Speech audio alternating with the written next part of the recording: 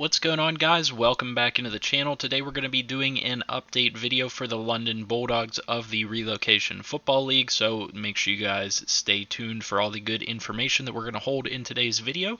We're going to be answering some questions. Feel free to leave your comments down in the comment section below if you have any questions or anything like that. I will respond to those and answer to the best of my ability.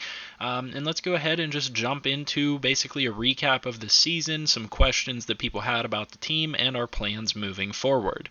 I'm going to do this video a little bit unusually, and I'm going to start off with a lot of the questions that we have from our RFL Discord, things that people were, looking to know about the team, so you don't have to stick around for the entire video if you don't want to see the whole thing or see your question answered. We can get those out of the way here quickly and, get you guys the information that you were specifically looking for. So the first question here is, what is the quarterback situation looking like? That's coming from Jacob McCall. Now, our quarterback situation is actually kind of interesting right now. So, at the moment, we have Timmy Merritt, who is the, kind of wily old veteran that, at times played well, at times played poorly this season. He's 29 years old now, is a star 89 overall. Potentially with Madden, he's going to be hitting maybe some regression and things like that, but it is important to note that this guy is under contract for at least a few seasons, so he's more than likely sticking around unless we find some type of trade partner with him or somebody that specifically wants him or something like that. He's probably going to be on the team. So, this is a good environment for a quarterback to come into if we decided to draft a quarterback or sign a quarterback in the offseason.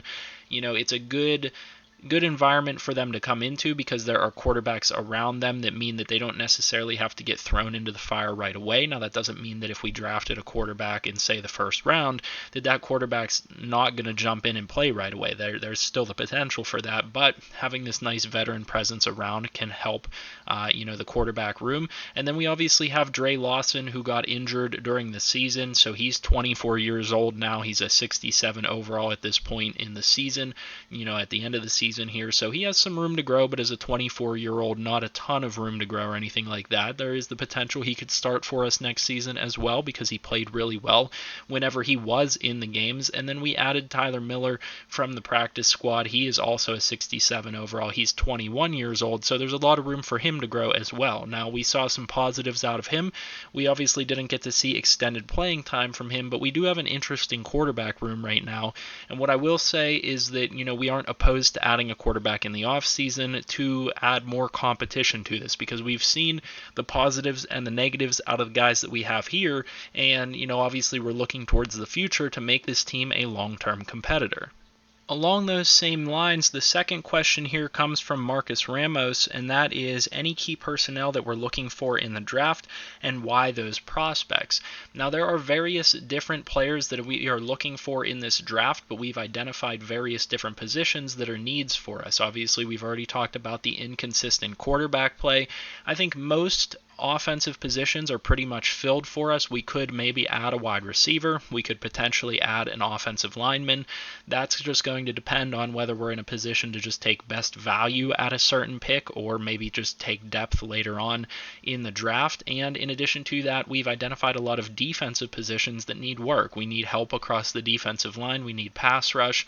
We need linebackers that can come in and plug and play for us. So those are going to be early round targets for us would be linebackers. We need at least one more cornerback. We need safeties. So there's a lot there that we actually need, especially on the defensive side of the ball. So, there are various different prospects within the RFL draft that we are going to be looking at. For instance, Lito Loso, Zamar Scruggs, and Xavier Eves at cornerback. Chris Polk, Michael King, and Samuel Stubbs at safety are big options for us. We would love to draft Jacob Reid Jr. as well as some of the other linebackers like Logan Russell, Alfred Walker, Dan Glissick. We think those would all be huge additions to the defense. And then we also think that guys like Jermaine Taylor would come in and add massive amounts of pass rush to our team, and that would help us out tremendously. So those are all players that we are looking at within the first round, as well as other, if any of those players maybe fall to the second round or third round or anything like that, they will be on our board. And then, as we've already kind of talked about, this is still a process that is in flux, and it is changing and evolving because these things are going to change depending on who's available in free agency for us. Currently speaking, we're looking at close to or around $80 to $100 million in cap space once everything is processed correctly here in the offseason. So this is kind of our year to add to the team if there are free agents out there. Hopefully there aren't too many no-touch players and stuff like that, because there are a lot of other teams that are losing players, and hopefully we can pick some of those guys up and add them to key positions. But outside of that, we also kind of have to talk about the fact that, there are quarterbacks here that are potentially going to be available for us in the draft. Guys like Darryl Johnson, Owen Jack, Kai Cash, James Ramos, Leo Moon, and the list goes on. Jacob McCall. I don't want to leave anybody out, but all guys that we are potentially looking at to add to the team, to add to that quarterback competition, and add to potentially building up for the future. Even if we do go with Timmy Merritt at quarterback, he's 29. He's not going to be around for forever. He's not a superstar or an X factor, and we all know the reality of Madden is that the player is going to regress. So we have to take all of those things into account, and I think that it is certainly a situation that is in flux, but I've certainly thrown out quite a few names for you guys to think of, whenever you think of the Bulldogs and who we might be drafting come this offseason. Next question comes from Chris Back, head coach of the Aviators. He asks, are we going to be changing personnel or changing players? Honestly, it's going to be a little bit of both. You could see at the end of the season we started to pick it up and play well. That was a difference in scheme. That was a difference in how we were approaching things. So, it's going to be kind of a flexible situation to determine who's out there and who's available to us. We're obviously going to be looking to fill a lot of the positions that I've mentioned already, and put them in positions to succeed based on what would work for them. Offensively speaking, I don't think we have to change what we are doing too much. I think we'll probably go with a similar look to what you saw at the end of the season, because that works for this offense.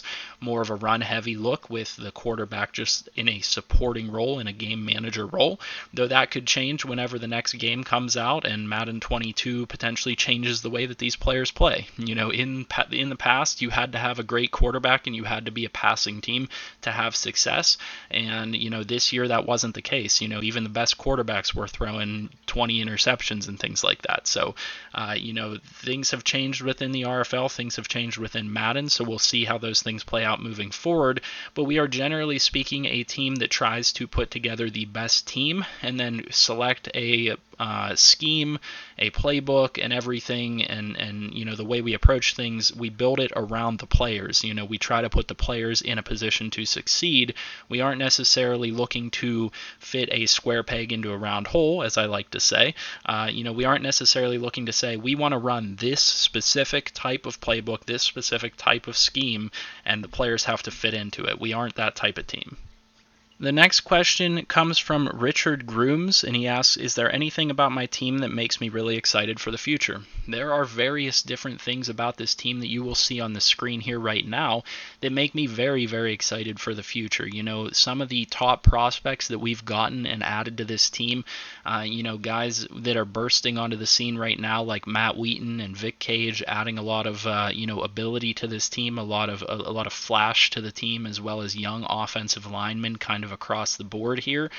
Star tight end Reggie Streeter looks like he's going to be a really nice tight end long term in this league. And then defensively speaking, we have a lot of young talent that have played really well up to this point. Drew Brewer, Willis Savage, Isaac Lockhart, Shaquille Tiller, Shane Masters, Kasim Addison, and Ike Page. Various different names, many guys that have had good performances. And it's really just a matter of filling in the gaps in between those guys, getting them the support that they need so that this team can play well every single game and we can have a consistent product every single time. So, there are a lot of things about this team that make me very excited for the future. We're excited for the future because we have fixed the financial situation, so we should have a lot of money to spend in future years to keep these players around, to add players to the roster, and we have good draft positioning this year, so we should be able to add a few players that can come in and make an impact right away for this team. And our final question here is going to be from Nate Allen. Thoughts on your defense's performance and how they performed across the season. So, we'll talk more about this as the video goes through and we talk about stats and various different things, but I think that our defense played pretty well for what they are. You saw some flashes from guys like Willis Savage, Shaquille Tiller, Isaac Lockhart, various different guys. We have kind of a mix of old and young players. We have a lot of players that are, in the mid 70s that are looking to develop and turn themselves into long-term starters. So the defense is really kind of in a flexible situation right now. We are looking to add to it substantially, and so they played really well, I think, for where they stand as a unit. They're not one of the highest overall units in the league. We don't have the craziest talent in the league like a lot of these other teams do, and they played well for that. They held us into close games against top teams all year long. We picked up some big wins against teams that were in really, hot positions. Guys like the Celtic Tigers, the Voyagers, we picked up wins against them, and that was huge for us. The defense has a lot of potential. The defense just, needs to add a couple of pieces here and there to fill some of the gaps, like I said, and they'll be great moving forward. So I'm happy with their performance this year. I'm also happy with the offense's performance this year from a lot of different aspects. The running game finally got going, and Matt Wheaton looked really good. Vic Cage looked really good in his third down back role. It's really just a matter of finding a consistent playbook that produces yards and gets the offense moving next season as well, and then finding consistent quarterback play, whether that be Timmy Merritt, whether it be Tyler Miller, Dre Lawson, or a freshman quarterback coming in from the RFL draft. It doesn't matter. We just need to find consistency, and that's going to come with adding better and better personnel over time here and bolstering this team up to a point where we are competitive in terms of the talent that we have, compared to other teams that are playoff teams in the league. Then I think I just want to take a look at the schedule here so we can get a good look at how things played out this season. We started off week 1 with a loss to the defending Relay Bowl champion Red Dragons, and this game was close. It was like 6-7 at halftime. We were in this game most of the way until a couple of unfortunate turnovers at the end of the game essentially lost the game for us. We went on to then lose in dramatic fashion to the Black Knights, another game that we were in close contention on, and then a bunch of turnovers late in the fourth quarter and stuff like that really just made this score look way higher than it really was. We only lost by 3 points to the Celtic Tigers, and we threw an interception in the red zone that, that drive could have sealed the game for us. It could have put us in a lead, and we could have come away with a win on that game.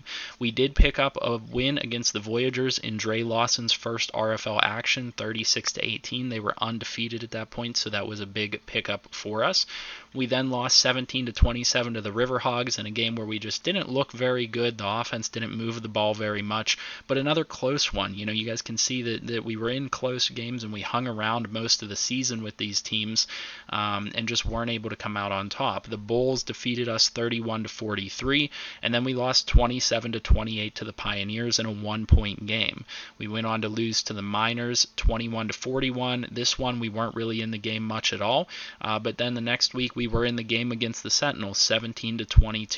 We ended up picking up these key wins against the Celtic Tigers 27-24 and then 23-20 over the Sentinels, and then we started most of our backups against the Black Knights in, again, another game that we were in this game playing all of our backups pretty much the whole time. If we would have started our starters, I feel confident that we could have won this game. And so you look at our schedule on the season and you look at our record and you see, okay, we're sitting at 7-9. Well, how could things have played out? In terms of our schedule, we very well could have gotten a few more wins and gotten ourselves into playoff contention. You look at this Celtic Tigers game, that takes us to 8-8. Maybe you take a look at the Pioneers game, that puts us at 9-7. Take a look at the Sentinels game where we lost 17-22, that could put us at 10-6. And then the last game on the season, we could have been playing for 11-5. This is a team that could have very easily, if things had gone their way at certain points in the season, this is a team that could have very easily made the playoffs. And so this is why I'm super excited for the future of this team, because I think this team is playoff capable, and once we get the option and the ability to spend money on free agents this offseason, and then we can add a couple of really nice players in the draft this year, this team is going to look really good, and this team is going to look like it has a lot of upside. And we're still not going to be quite there yet, because these guys have a lot lot of way to go in terms of their development and everything like that. But, I think that we should see this team within the next couple of seasons really starting to compete and really, being on the same level as a lot of those other teams that you guys see as perennial powerhouses in the league. Now, we have to make it there. We have to prove it first. So I'm not going to say we're just automatically going to get ourselves a ticket to the playoffs or anything like that. Absolutely not. We have to earn it. We have to put in the work to build this roster up. We have to put in the work to get the right game plan and put our players in positions to succeed. And then we have to win games. That's all going to come in the future, hopefully, when we do all of these right things and get this plan in motion and get everything put together. And you guys could see at the end of the season, especially against the Celtic Tigers, against the Sentinels, what this team is supposed to look like and what they're going to look like in the future. We're going to be that team that is going to be in games constantly. We were in games this year, but we are going to build this team up to a point where, you can expect us to win those games and you can expect us to actually be competitive and be on the inside of the playoff conversation. So, hopefully those things go well for us in the future. We have a very interesting offseason ahead of us. Like I said, better financial situation, good draft picks. I'm looking forward to the future with this team, and I hope that you guys are as well. Basically, the final thing that I want to do here in today's video is I want to do some stats analysis and just kind of recapping how players played for us on the season. So Timmy Merritt finished with 2,600 passing yards. He did actually play a substantial number of games. He played 12 games for us, and one of those was obviously in relief for Dre Lawson whenever he got injured. 59% completion percentage, so not the best in that regard. He did pass for 21 touchdowns and 14 interceptions, which is not the worst stat line in the league. I'm not going to say that that's the worst thing in the world, and certainly I'm not saying that Timmy Merritt's career is over or anything like that. You guys understand that we went back to him at a couple of different points in the season because he does have that ability. He just had an off year, and hopefully next year he can perform better for us. We'll see what happens with that, but an 82.3 quarterback rating, that's not going to get it done. But not the worst season in the world from him. We just expect more than that. Dre Lawson in his 7 games played, I believe it was, played really well. So 7 games played, 10 touchdowns, 3 interceptions, 66% completion rating, and then a 112 passer rating, which is, a huge step up from Timmy Merritt. And obviously Dre Lawson, in addition to that, added 351 rushing yards and 2 rushing touchdowns. So there is the potential there that this guy could be the future of the team. We're not committing to one direction or another. We have to do a lot of work. We have to do a lot of testing. We have to run a lot of practices and everything and simulations and scrims to see what the direction is for the future. But I do like what we have here. Let's say we didn't manage to acquire a quarterback where we want to acquire one in the offseason, whether it be through the draft or free agency. I would be comfortable going into next season knowing that we can lean on our run game and knowing that one of these guys is going to have the ability to manage the game for us and help us get some wins. And then Tyler Miller played really well in his Week 17 game that he got 27 of 43, 1 touchdown, 62% completion, and 88.3 passer rating. He did get sacked quite a bit, more than Merritt did in all of his games, and that's one of the things that's, there's positives and negatives of having these mobile type of quarterbacks, especially in the RFL. You guys can see the sack numbers here from Dre Lawson and Tyler Miller, where Timmy Merritt played way more games than either of them, and he only got sacked 11 times. So Timmy Merritt knows to throw the ball away. He's trying to throw the ball downfield. He's not really trying to tuck and run. So that's the give and take between those two things. But then you can see, obviously, the positives with having that type of a quarterback. Dre Lawson, 351 yards rushing, 2 touchdowns, and Tyler Miller, 132 yards. Again, though, you get those fumble stats, and those fumbles are just as bad as interceptions, and they can be detrimental to your ability to win a game. However, regardless of the quarterback situation, the bright spot for the future is that we have our 2 running backs that we are going to want to have long term on this team. Matt Wheaton is an obvious every down back, a workhorse back. He improved his average this year to 4.1 yards per carry, which was huge. He had over 1,000 yards and 7 touchdowns, and I look for that to just keep increasing as the years go on. As long as he wants to come back to the Bulldogs, we will have him, and he will be the big dog on offense. This is the guy that's going to carry our offense into the future. Vic Cage did really well in his third down back role, adding 387 yards on the ground, and from a receiving perspective, adding 453 yards. One of the stats that I like to talk about a lot is that Vic Cage is one of the league leaders in all-purpose yards. So he had 2,276 all-purpose yards between his rushing, his receiving, his kick returning yards, which he had 1,300 of, and his punt returning yards, which he had 80 of. This guy was one of the best all-purpose players in the league. So we have a lot of bright spots here on the offensive side of the ball, especially in the backfield. The combination of Matt Wheaton and Vic Cage is going to be huge, and we barely even got to see Christian Nash, who has quite a bit of ability himself with 72 yards and 2 touchdowns in limited playing time. He's looking like maybe he can earn some of those reps and help out the offense as well.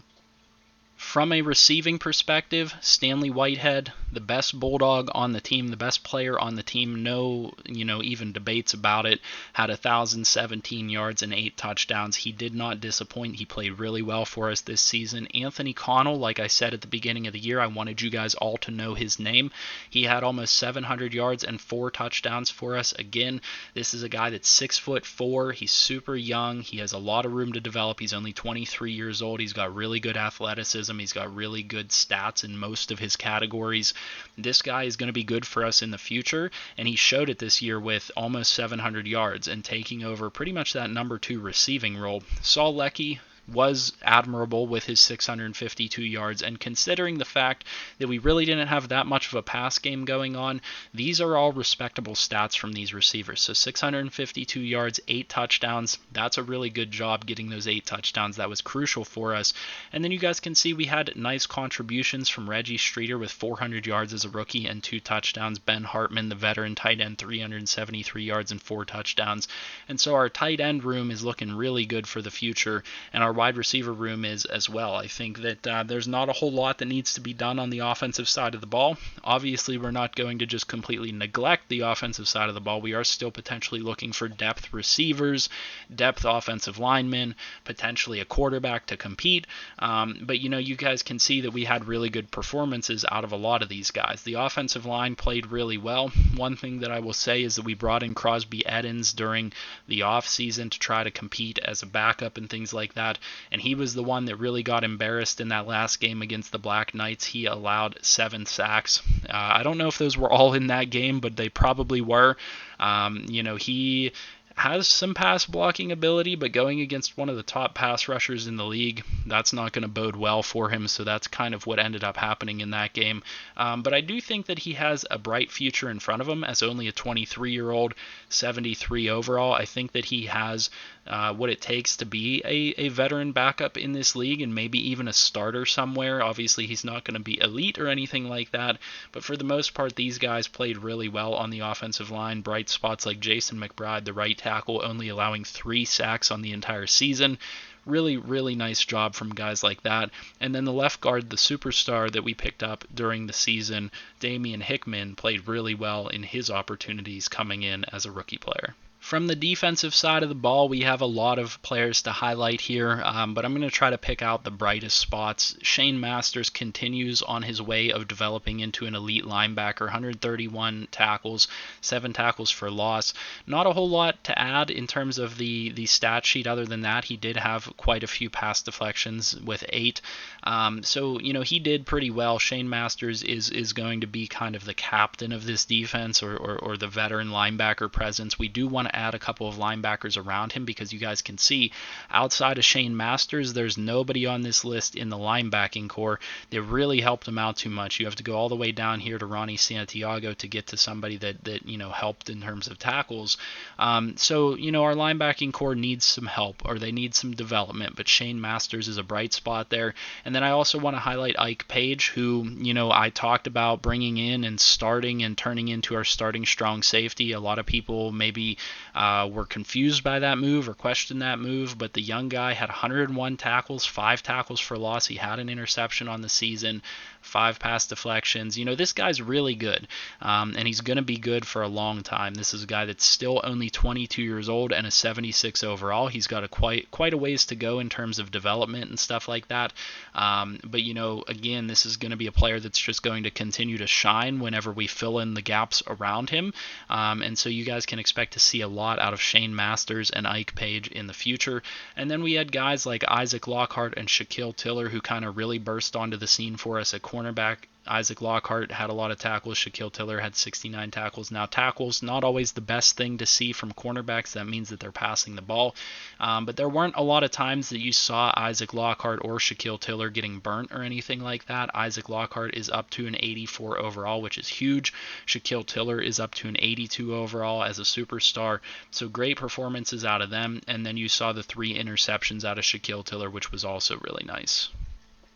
Then one of the other players that I want to highlight here is Kasim Addison, who had 68 tackles for us, 2 tackles for a loss, a sack, and 2 interceptions. And the majority of these stats came playing as a sub linebacker.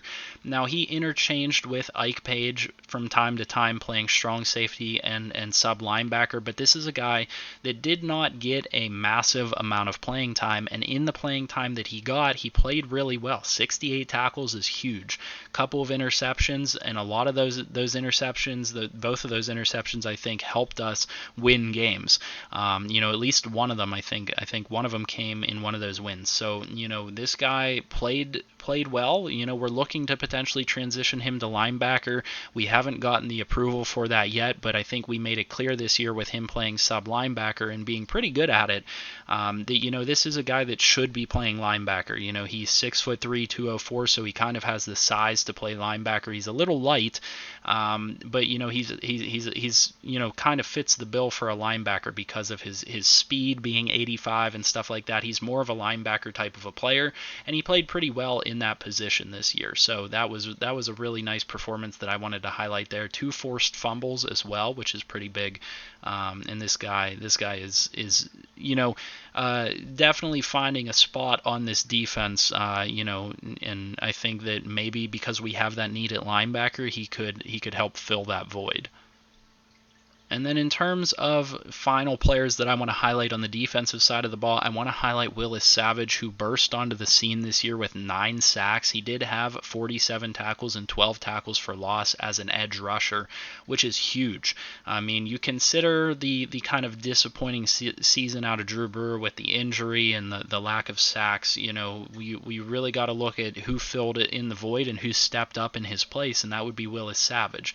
This is a guy that transitioned from 3-4 outside linebacker to 4-3 D end, and it was successful. He had 9 sacks for us, and this is a guy that now has star development, and I think has the potential to be maybe an answer for us at that pass rushing position. At least, let's say Drew Brewer really kind of progresses next season and adds to his sack total, we could have a really nice duo on the outside.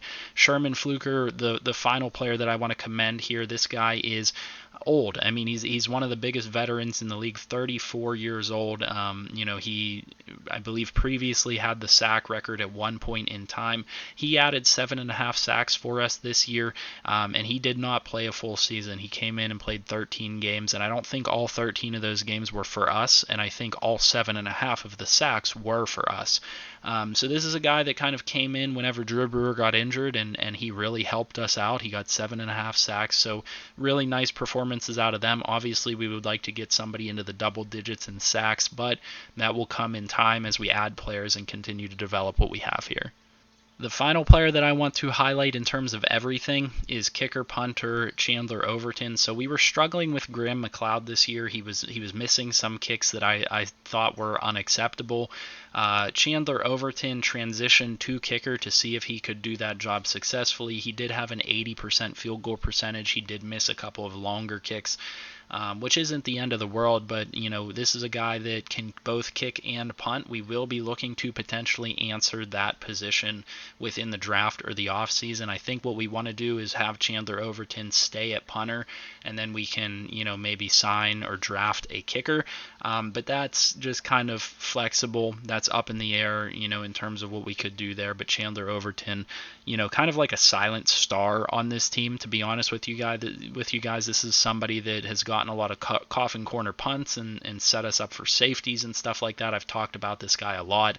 Just somebody that I think that people should know his name on our team. I know he's a kicker punter, but somebody that I think deserves a little bit of a spotlight.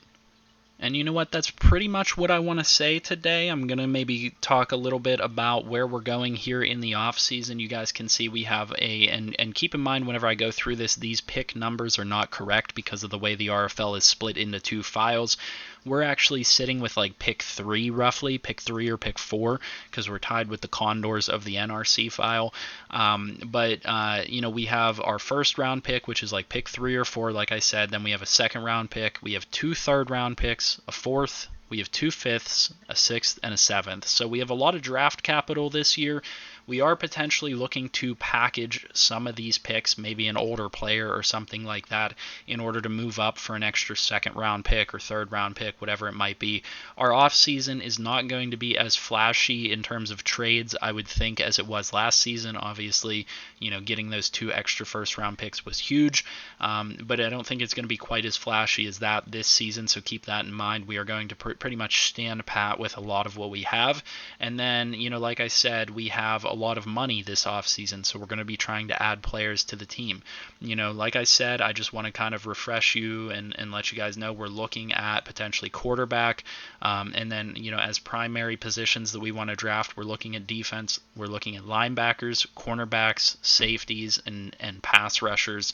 Those are, what our main needs are. We need to address the defensive side of the ball, and I think that regardless of drafting a quarterback or not, I think we can address the quarterback inconsistencies with a proper playbook and a proper game plan. So, that's kind of our roadmap to the offseason. There's a lot of work to be done. We have our draft file pretty much, I'd say about 75% of the way done. We have a lot of the scouting done. And then the final thing that I want to note in this video is we did bring on Coach Regier of the Lancers, who the team parted ways with him. We brought him on as a defensive scout and defensive assistant. So, he is somebody that knows how to put together a competitive playoff type RFL defense. The Lancers had one of the better defenses on the NRC side, so we think that he can help us build up our defense and find the right personnel to make our defense competitive in the ARC and take us to a playoff. So that is kind of the final note there. And then as always, Drew Brewer has been helping us on the scouting side of things as our chief scout and chief assistant right now. So that's where things stand with the team. That's where things were with the team over the season. A little bit of a recap for you guys. Hopefully I answered as many of your questions as I could. If you have any more questions, like I said, leave them in the comment section and I'll try to address them for you. And as always, if you guys enjoyed this and everything, make sure you guys check out the RFL, check out their social media pages, check out our social media pages, and hey, check out their website. You could create a player, maybe become a coach, all those various different things. And as always, make sure you leave a like on the video, subscribe to the channel if you're new, and comment down below like I've said a couple times. I'll see you guys in the next video, and I hope you guys have a good one.